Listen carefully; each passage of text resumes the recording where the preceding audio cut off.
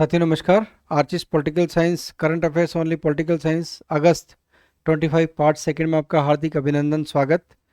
साथियों आज की चर्चा का विषय अगस्त 2 वीक्स और जुलाई लास्ट वीक से संबंधित वो समसामयिक घटनाक्रम जिसका संबंध इंडियन गवर्नमेंट एंड पॉलिटिक्स से है, उस पर हम चर्चा करेंगे।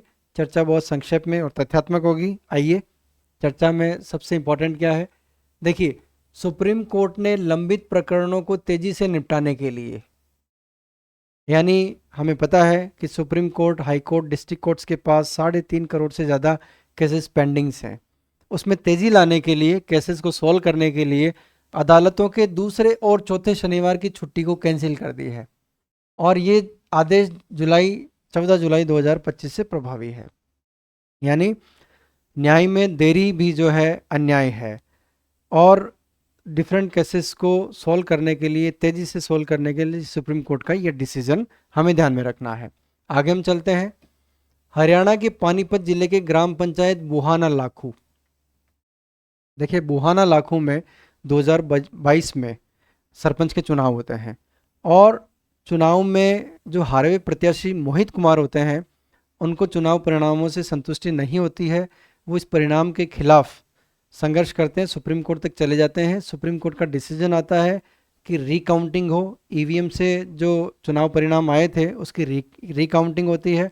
रिकाउंटिंग में हारे हुए प्रत्याशी मोहित कुमार 51 वोटों से विजय हो जाते हैं, जीत जाते हैं और 2022 यानी चुनाव के 3 साल बाद उनको सरपंच पद की शपथ दिलाई जाती है। ये सुप्रीम कोर्ट का तो ऐतिहासिक फैसला है, लेकिन हमारे ईवीएम सिस्टम और राज्य निर्वाचन आयोग हरियाणा पर क्वेश्चन मार्क छोड़ देता है। तो ऐसी समस्याओं के समाधान के लिए हमें ध्यान में रखना होगा कि उस इलेक्शन प्रक्रिया से संबंधित सभी दस्तावेज और रिकॉर्ड्स हमें सुरक्षित रखने होंगे कि जिससे समय आने पर यदि ऐसा कोई डाउट होता है, ऐसा कोई प्रश्न होता है, तो समय आने पर उसकी जांच हो सके और स्वतंत्र और निष्पक्ष चुनाव की दिशा में निर्वाचन आयोग आगे बढ़ सके ताकि हमारे लोकतंत्र की साख बनी रहे। ये हमारे सामने दूसरी इम्पॉर्टेंट न्यूज़ है जो इंडियन गवर्नमेंट एंड पॉलिटिक्स से संबंधित है। तीसरी हमारे सामने करंट अफेयर्स की कौन सी बात है, ये बात है 99th कॉन्स्टिट्यूशनल अमेंडमेंट बिल जो एनजेएससी के संदर्भ में था। एनजेएससी क्या है? राष्ट्रीय न्यायिक नियुक्ति जांच अधिनियम 2014, यानी कॉलेजियम सिस्टम को बदलकर एनजेएससी को लाना, ये 99 कॉन्स्टिट्यूशनल अमेंडमेंट के तहत किया गया था। ये एक्ट 2014 में हमारी पार्लियामेंट ने पास किया था और 2014 में पार्लियामेंट के पास करने के बाद में संसद ने सर्वसम्मति से इसको पास कर दिया। उसके बाद सुप्रीम कोर्ट ने इसको 2015 में कैंसिल कर दिया, रद्द कर दिया।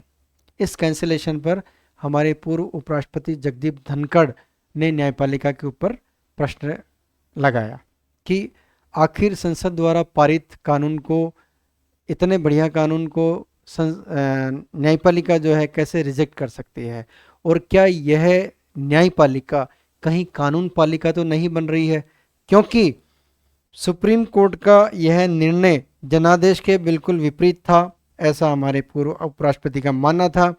संविधान की प्रस्तावना में क्या है, हम भारत के लोग, यानी डिसीजन लेने का अधिकार किसको है? हमें, और अंततः शक्ति जनता के हाथ में है और ऐसी शक्ति को, ऐसे डिसीजन को बदलने वाली न्यायपालिका कौन होती है? तो यह एक ऐसा समसामयिक विषय जिस पर हमने चर्चा की है। आगे हम चलते हैं, आगे चलते हैं। आगे की जो हमारा चर्चा का विषय है वो है निर्वाचन आयोग ने कुछ पॉलिटिकल पार्टीज को, निर्वाचन आयोग ने कुछ पॉलिटिकल पार्टीज को जो है क्या कर दिया? सूची से बाहर कर दिया, लिस्ट से बाहर कर दिया, यानी वो जो रजिस्टर्ड थे उनको अनरजिस्टर्ड कर दिया। उनकी संख्या देखिए आप, 334। उनको क्या कहते हैं? RUPP, यानी पंजीकृत गैर मान्यता प्राप्त राजनीतिक दल, यानी रजिस्टर्ड पंजीकृत गैर मान्यता प्राप्त राजनीतिक दल, यानी रजिस्टर्ड अनरिकॉग्नाइज्ड पॉलिटिकल पार्टीज, और 476 अन्य पंजीकृत गैर मान्यता प्राप्त राजनीतिक दल। इनको जो है, इनको इलेक्शन कमीशन ने क्या किया? आउट कर दिया और अब इनकी संख्या कितनी बच रही है? 2520। यानी ये जो RUPPs है और अन्य RUPPs है, इनको लिस्ट से इलेक्शन कमीशन ने बाहर कर दिया।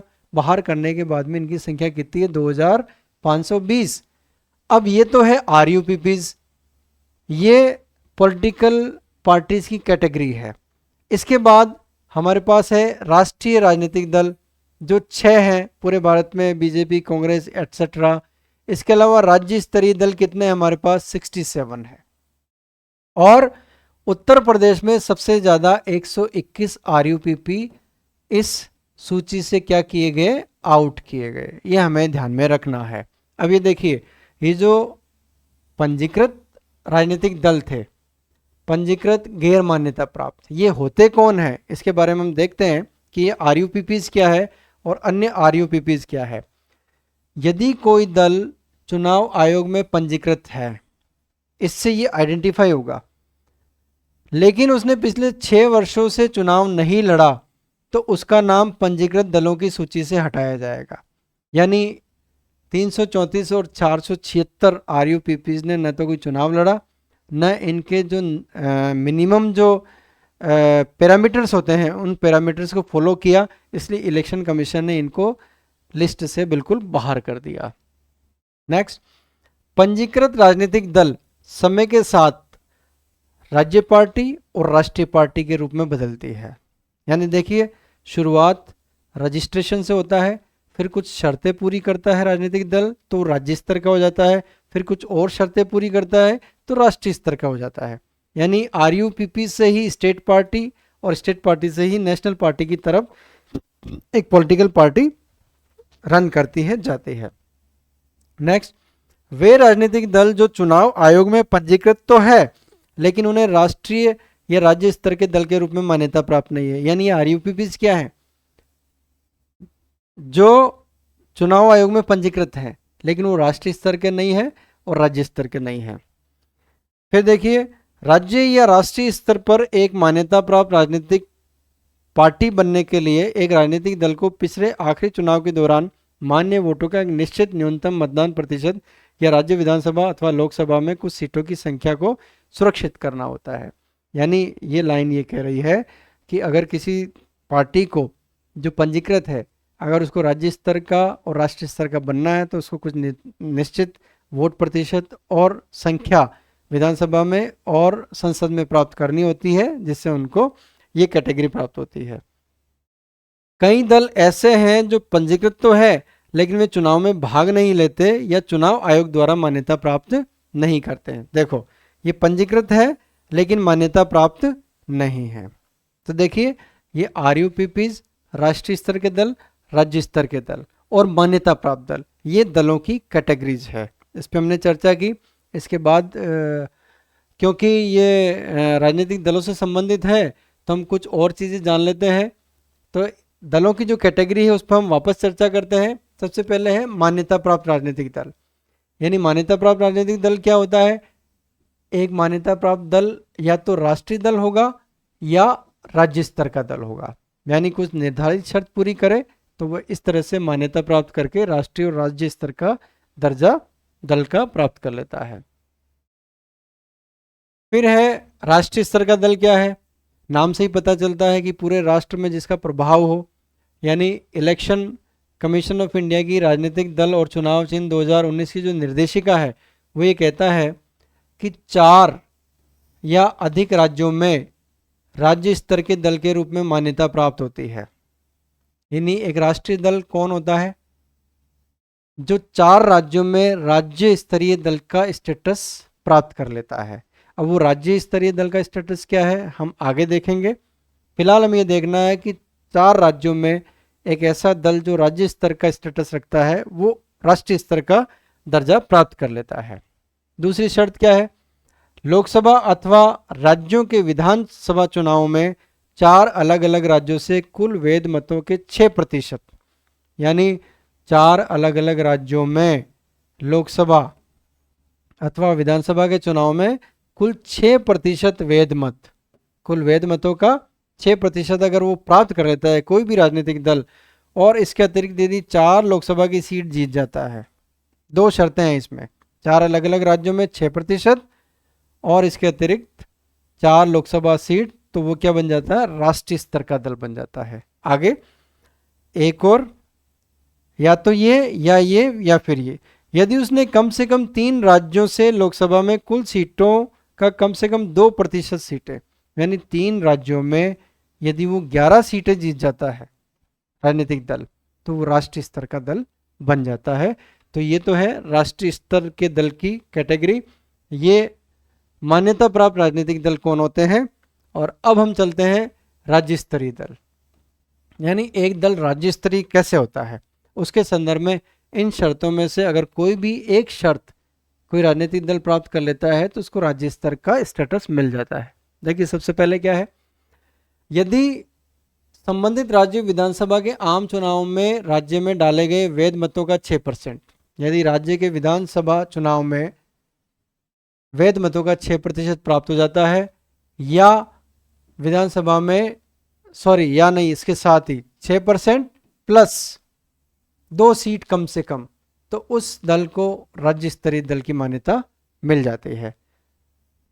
या तो ये या फिर ये, अथवा यदि यह लोकसभा के आम चुनाव में राज्य में कुल वैध मतों का 6%, यानी लोकसभा के चुनाव में 6% प्लस लोकसभा की 1 सीट अगर वो प्राप्त कर लेता है तो वो राज्य स्तर का दल बन जाता है। नेक्स्ट, यदि वह संबंधित राज्य की विधानसभा के आम चुनाव में विधानसभा की 3% सीटें जीतता है या 3 सीटें जो भी अधिक हो, तो वो राज्य स्तर का दल बन जाता है।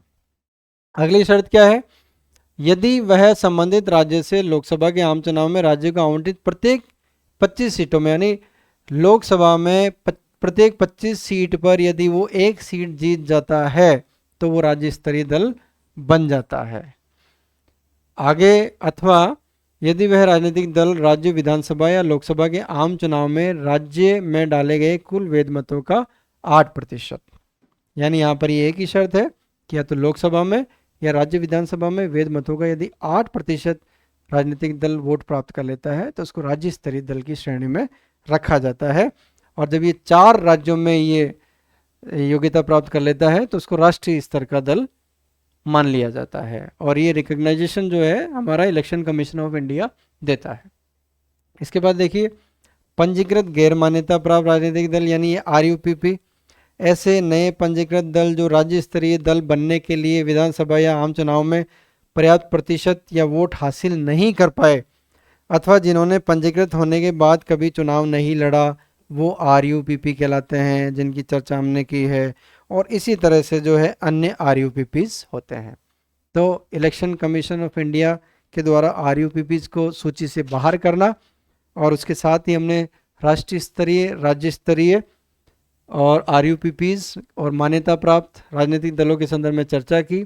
अगली हमारे सामने इम्पोर्टेंट न्यूज़ क्या है, इम्पोर्टेंट है हमारे सामने कि आरक्षण जो है SC और ST आरक्षण, उसमें आर्थिक मापदंड या आय आधारित प्राथमिकता, यानी SC ST आरक्षण में भी क्रीमी लेयर का कॉन्सेप्ट लाने का प्रयास हाल ही में किया जा रहा है। सुप्रीम कोर्ट ने इस बात का निर्देश केंद्र सरकार को दिया है।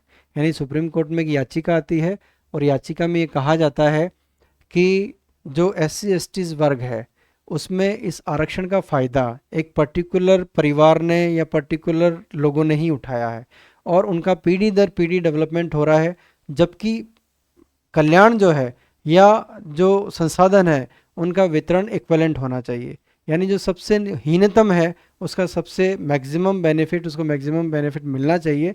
इस कॉन्सेप्ट को ध्यान में रखते हुए जैसे OBC में क्रीमी लेयर का कॉन्सेप्ट है, उसी तरह से सुप्रीम कोर्ट में भी एक ऐसी याचिका ही है जिसमें SC ST में क्रीमी लेयर का कॉन्सेप्ट लागू करने का एक निर्देश सुप्रीम कोर्ट ने दिया है। यानी इन समुदायों के संपन्न और आर्थिक रूप से वंचित लोगों के बीच अंतर को कम किया जाना इसका लक्ष्य है। यानी देखिए 75 वर्षों में आरक्षण में जो आरक्षित श्रेणियां हैं उसके भीतर कुछ चुनिंदा लोगों को ही असमान रूप से लाभान्वित किया है।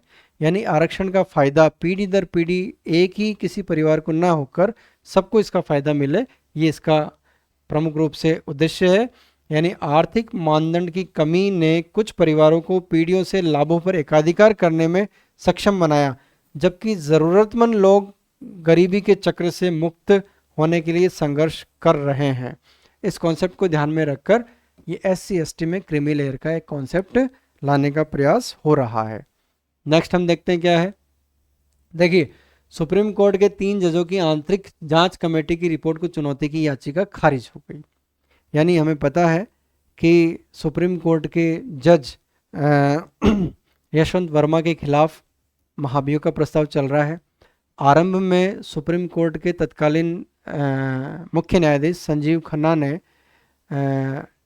एक 3 सदस्यीय जांच कमेटी बनाई। सुप्रीम कोर्ट के ही उसमें लोग थे। यानी हमें पता है कि जब सुप्रीम कोर्ट के न्यायाधीश या हाई कोर्ट के न्यायाधीश के विरुद्ध महाभियोग चलता है तो लोकसभा का अध्यक्ष या राज्यसभा का सभापति उसके लिए 3 सदस्यीय जांच आयोग बनाता है। लेकिन क्योंकि यहाँ संजीव खन्ना जी ने एक जांच आयोग सुप्रीम कोर्ट में ही बना दिया, उस जांच आयोग और उस जांच आयोग की रिपोर्ट को न्यायाधीश यशवंत वर्मा ने चैलेंज किया। उस याचिका को सुप्रीम कोर्ट ने खारिज किया और सुप्रीम कोर्ट ने उस याचिका के संदर्भ में जो डिसीजन दिया, उस डिसीजन के संदर्भ में हम बात करेंगे कि जस्टिस यशवंत वर्मा की याचिका खारिज करने के साथ ही कोर्ट ने संवैधानिक महत्व के 5 मुद्दों पर अथवा 5 प्रश्नों पर एक डिसीजन दिया। वो डिसीजन क्या है कि क्या इन हाउस जांच की कानूनी मान्यता है, यानी सुप्रीम कोर्ट की जो 3 सदस्यों ने जांच की उसको कानूनी मान्यता है, तो सुप्रीम कोर्ट कहता है हाँ ये प्रक्रिया वैध है। दूसरा प्रश्न, क्या यह प्रक्रिया अनुच्छेद 124, अनुच्छेद 217 और अनुच्छेद 218 का उल्लंघन करती है? सुप्रीम कोर्ट कहती है कि नहीं करती है, यानी ये प्रक्रिया बिल्कुल ठीक है। फिर तीसरा प्रश्न है कि क्या चीफ जस्टिस ऑफ इंडिया और समिति ने नियमानुसार कार्य किया है? तो सुप्रीम कोर्ट कहता है कि हाँ प्रक्रिया पर पूरी सावधानी से पालन किया गया है, बिल्कुल सही है। चौथा है, क्या CJI द्वारा रिपोर्ट राष्ट्रपति और प्रधानमंत्री को भेजना असंवैधानिक था? तो उसका उत्तर सुप्रीम कोर्ट देता है यह असंवैधानिक नहीं था। यानी जो रिपोर्ट CJI ने सीधी प्रधानमंत्री राष्ट्रपति को भेजी उसके खिलाफ भी इनको ऑब्जेक्शन था वर्मा साहब को, तो सुप्रीम कोर्ट ने डिसीजन दे दिया कि ऐसा संवैधानिक नहीं है। रिपोर्ट भेजने से पहले सुनवाई का मौका देना ज़रूरी था। सुप्रीम कोर्ट ने कहा कि ऐसा आवश्यक नहीं है। तो ये जो है यशवंत वर्मा के खिलाफ जो याचिका, यशवंत वर्मा ने जो संजीव खन्ना जी के खिलाफ याचिका दी, उस पर सुप्रीम कोर्ट का डिसीजन। आगे हम देखते हैं, अब जो है न्यायमूर्ति यशवंत वर्मा के पास इस्तीफा ही एकमात्र विकल्प है, क्योंकि लोकसभा के अध्यक्ष श्री ओम बिरला ने 3 सदस्यीय न्यायिक जांच समिति का गठन कर दिया है और अब न्यायिक जांच समिति की रिपोर्ट के बाद इनके ऊपर महाभियोग लग जाएगा। यानी अभी भी न्यायमूर्ति के पास एक वक्त है कि अगर वो अभी भी इस्तीफा दे देते हैं तो उनको रिटायरमेंट के बाद जो जितने भी लाभ होते हैं जो सुप्रीम कोर्ट के न्यायाधीश को मिलते हैं, पेंशन और अन्य जो भी सुविधाएं, जो भी लाभ एक रिटायरमेंट के बाद मिलते हैं, वो सभी लाभ मिलेंगे यदि ये इस्तीफा दे देते हैं। और यदि इनके खिलाफ महाभियोग लगता है तो यशवंत वर्मा को किसी भी तरह का लाभ नहीं मिलेगा। अर्थात इन 3 न्यायाधीशों के डायरेक्शन में समिति का गठन किया गया है और सदन के सांसदों के समक्ष जो है यशवंत वर्मा अपना इस्तीफा दे सकते हैं और उस इस्तीफे को जो है मंजूरी की आवश्यकता नहीं है। जैसे वो इस्तीफा देंगे अपने आप इस्तीफा मान लिया जाएगा और अनुच्छेद 217 के अनुसार न्यायाधीश राष्ट्रपति को संबोधित करके अपना इस्तीफा दे सकता है। इसके अलावा जो है उसको हटाने की प्रक्रिया का एक तरीका हमारे पास आर्टिकल 124 में भी है। इस तरह से जो है यशवंत वर्मा के संदर्भ में ये समसामयिक घटनाक्रम चल रहा है। अब इनके पास कोई विकल्प नहीं है। अगर इनको सारे लाभ रिटायरमेंट के बाद के लेने हैं तो इनको इस्तीफा ही देना पड़ेगा। आगे हम चलते हैं। आधार कार्ड, पैन कार्ड या मतदाता पहचान पत्र से कोई भारत का नागरिक नहीं बन जाता। सुप्रीम कोर्ट ने एक बम्बई हाई कोर्ट ने एक डिसीजन दिया कि किसी के पास यदि पैन कार्ड होता है, मतदाता पत्र होता है या आधार कार्ड होता है तो उससे वो नागरिक बन जाता है, इसकी कोई गारंटी नहीं है। ये दूसरे तरीके से भी बनवाए जा सकते हैं दस्तावेज। यानी भारतीय नागरिक बनने के लिए तो बॉम्बे हाई कोर्ट ने कहा कि नागरिकता अधिनियम के प्रावधान के अनुसार ही चलना होगा। भारतीय नागरिकता अधिनियम प्रावधान 1955, इसके तहत जो निर्धारित जो नियम है उस नियम के तहत ही जो है भारतीय नागरिक माना जा सकता है। और भारतीय नागरिकता अधिनियम में 1986, 2003, 2005, 2015 और 2019 में संशोधन भी हुए हैं। और हमारे संविधान का अनुच्छेद 11 संसद को नागरिकता के संबंध में कानून बनाने की शक्ति प्रदान करता है। बम्बई हाईकोर्ट का डिसीजन और इस डिसीजन के डायरेक्शन में भारतीय नागरिकता अधिनियम, संविधान के विभिन्न अनुच्छेद और नागरिकता अधिनियम में कब कब संशोधन होते हैं, ये करंट अफेयर्स का महत्वपूर्ण विषय। आगे हम चलते हैं, एसआईआर के खिलाफ दायर याचिका के खिलाफ सुप्रीम कोर्ट का तर्क। यानी एसआईआर का विषय बिहार में चल रहा है, स्पेशल इंटेंसिव रिवीजन, और उसमें भी यही प्रश्न आ रहा है कि आधार और मतदाता जो है, ये दोनों मतदाता पहचान पत्र, आधार कार्ड, ये भारतीय नागरिकता की पहचान नहीं है। इसका होना ही जो है नागरिक होना ये सिद्ध नहीं करता है। अर्थात जो है न्यायमूर्ति बागची ने सुप्रीम कोर्ट में इस पर कहा कि यह संवैधानिक अधिकार और संवैधानिक शक्ति के बीच की लड़ाई है। निर्वाचन आयोग की जो शक्ति है संविधान के अनुच्छेद 324 से प्राप्त होती है और जन प्रतिनिधित्व अधिनियम 1951 के तहत ये जो है मतदाता सूची का पुनरीक्षण कर सकता है और विशेष पुनरीक्षण कर सकता है। दोनों का उल्लेख उसमें है, लेकिन उसमें गहन शब्द नहीं है। अब ये जो डिसीजन बागची जी दे रहे हैं, ये किसके संदर्भ में है? निर्वाचन आयोग के इस निर्णय से सहमति जताई कि आधार और मतदाता पहचान पत्र नागरिकता के निर्णायक प्रमाण पत्र के रूप में स्वीकार नहीं हो सकते हैं और इस पर डिसीजन इलेक्शन कमीशन का होगा, ऐसा सुप्रीम कोर्ट का कहना है। आगे हम देखते हैं कि जो विशेष गहन पुनरीक्षण है उसके बाद बिहार की मसौदा मतदाता सूची, यानी यहाँ पर ये प्रश्न आ रहा था कि जो 65 लाख मतदाता जिनके नाम को हटाया गया वो जनता के सामने आने चाहिए। इलेक्शन कमीशन ने पहले तो मना कर दिया, लेकिन इलेक्शन कमीशन को जब सुप्रीम कोर्ट ने कहा कि नहीं ये पारदर्शिता के लिए ज़रूरी है, तो इलेक्शन कमीशन ने सुप्रीम कोर्ट के इस आदेश के 56 घंटे के भीतर इन 65 लाख नामों का विवरण प्रकाशित कर दिया, यानी ये पब्लिश कर दिया।